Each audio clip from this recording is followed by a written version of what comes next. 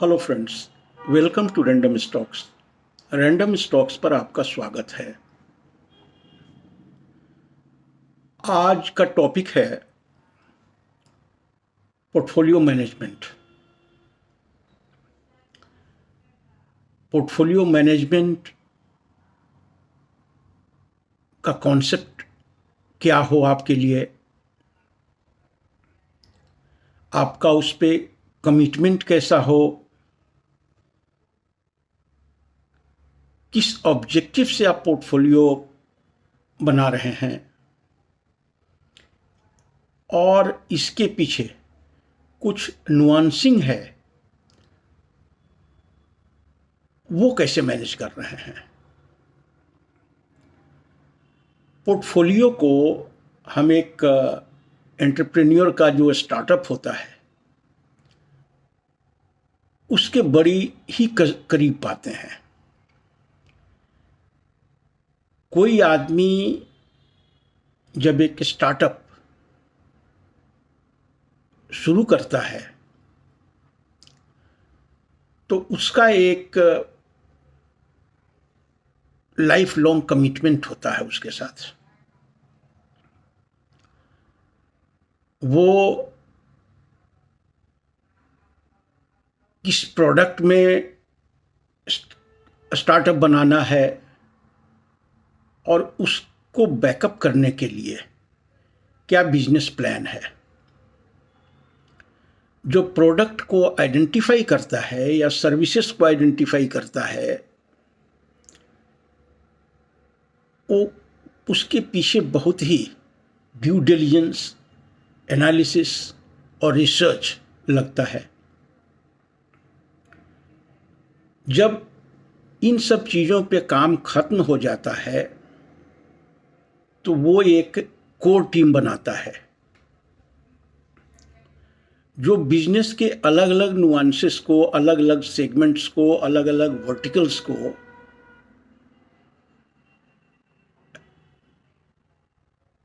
Focus में ला सके।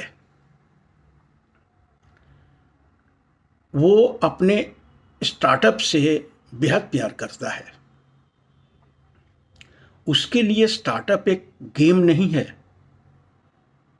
उसके लिए स्टार्टअप एक बिजनेस है जिस पे उसका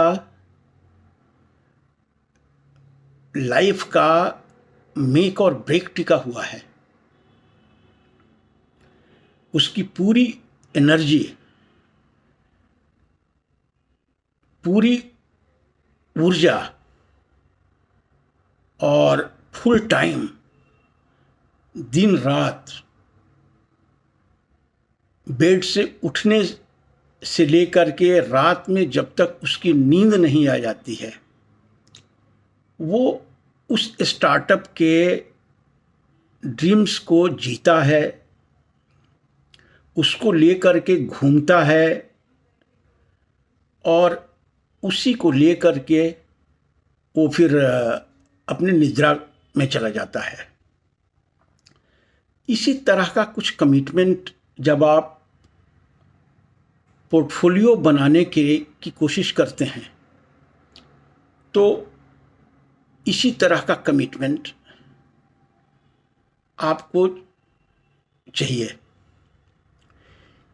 एक पोर्टफोलियो एक गेम नहीं है,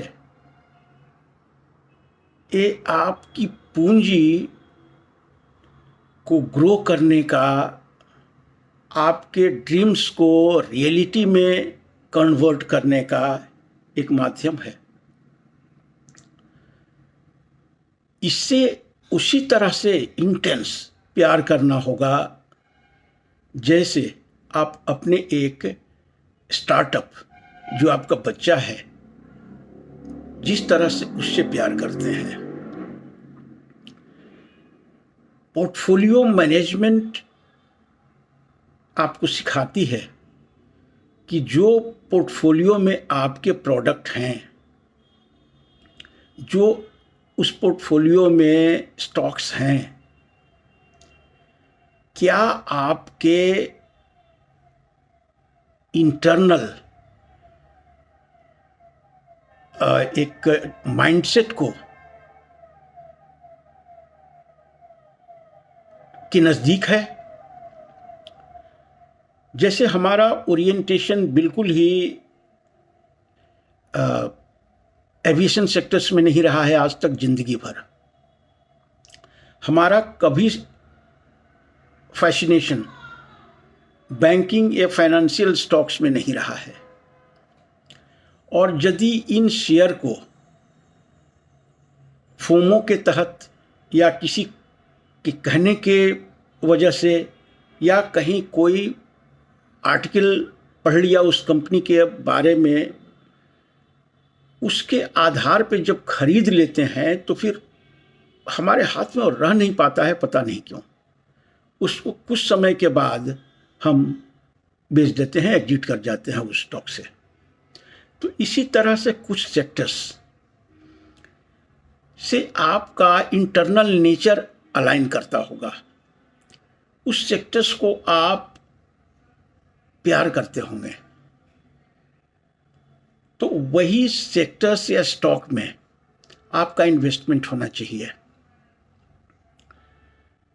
कुछ ऐसे स्टॉक्स में आप यदि इन्वेस्टमेंट करते हैं जो आपके इंटरनल नेचर को या जिन स्टॉक्स के प्रति आपका एक नेचुरल फैसिनेशन है उसमें यदि नहीं है, तो आप एक लंबे समय तक उसको अपने पोर्टफोलियो में रख नहीं पाएंगे, क्योंकि आपका internal nature will force you to exit that stock. क्योंकि अंदर से कभी भी आपके कॉन्विक्शन में आ ही नहीं सकता है। तो इसीलिए हम कहते हैं कि पहले स्टॉक जानने से पहले खुद को जानिए कि ये स्टॉक के प्रति आपका एक इंटरनल जो स्वभाव है, इंटरनल इंक्लिनेशंस है, इंटरनल एक नव है, वो है या नहीं है। यदि नहीं है तो कितना भी बढ़िया स्टॉक क्यों ना हो, उसमें इन्वेस्टमेंट बिल्कुल मत कीजिए।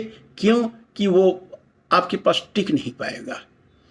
आपके पास वही स्टॉक टिकेंगे जो आपके इंटरनल नेचर से, आपके नैसर्गिक गुणों से मेल खाते हों। कुछ उस तरह के स्टॉक पोर्टफोलियो में ही रखें जिसे आप प्यार करते हैं, और वही आपके कॉन्विक्शन स्टॉक्स बनेंगे, बाकी आपके हाथ से निकल जाएंगे। तो ये हुआ स्टॉक सिलेक्शन के बारे में। दूसरा, कभी कभी स्टॉक्स कुछ वजहों से, जिनका बिजनेस फेल हो गया या फिर उसमें उस तरह का प्रॉस्पेक्ट सर्कमस्टेंसेस के कारण नहीं रह पाया है, तो रीबैलेंसिंग कीजिए। लेकिन हाँ, रीबैलेंसिंग कीजिए जब पूर्णतः आश्वस्त हो जाए कि एक स्टॉक से हमको एग्जिट करना है, तो ही रीबैलेंस होना चाहिए।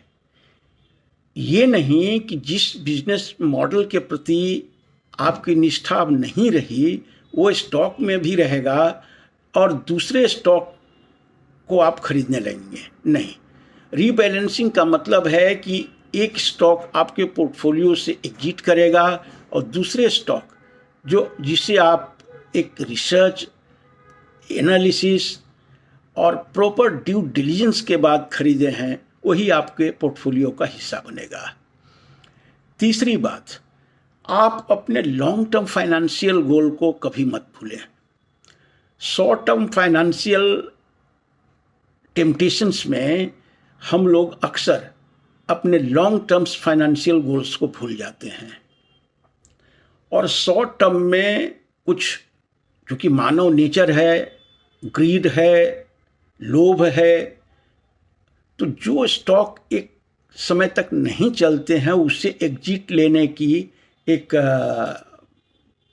कोशिश होती है।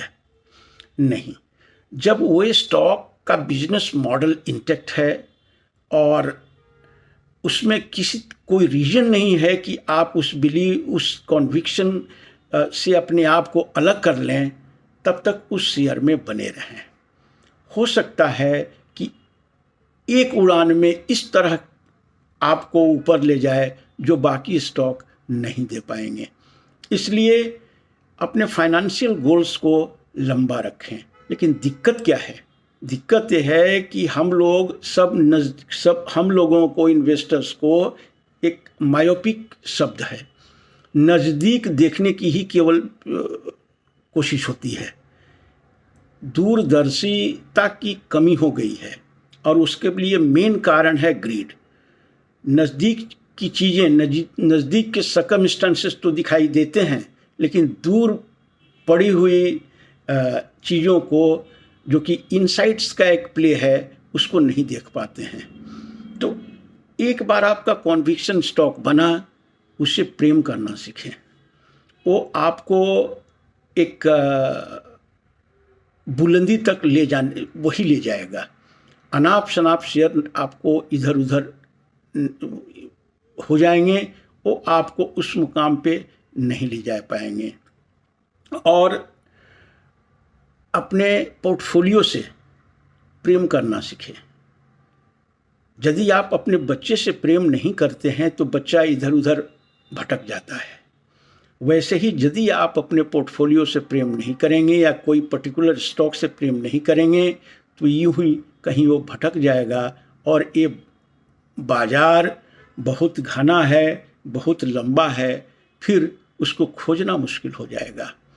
Thank you so much for watching the video. Thank you.